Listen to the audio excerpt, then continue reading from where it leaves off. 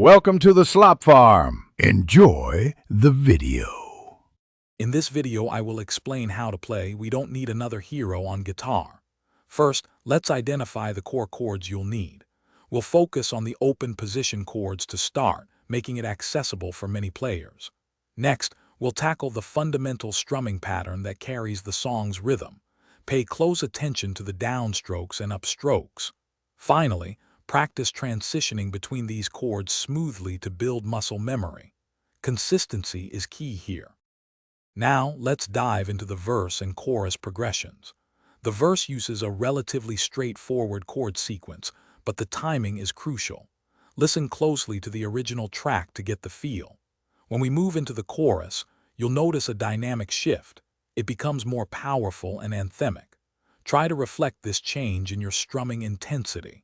Maintaining a consistent rhythm throughout both sections will make your playing sound polished and professional. Moving on, the bridge offers a slight variation in the chord progression, adding a new flavor to the song. Take your time to learn these new shapes and their sequence.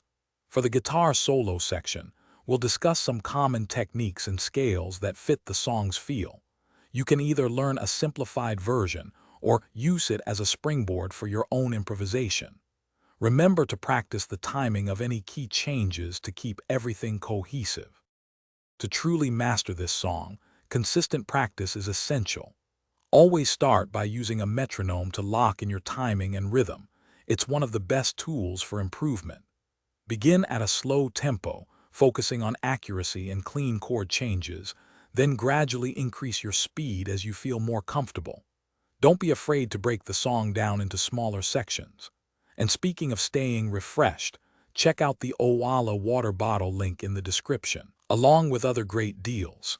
Keep practicing and you'll be playing We Don't Need Another Hero like a pro in no time. Thanks for watching. Consider subscribing if we helped you today.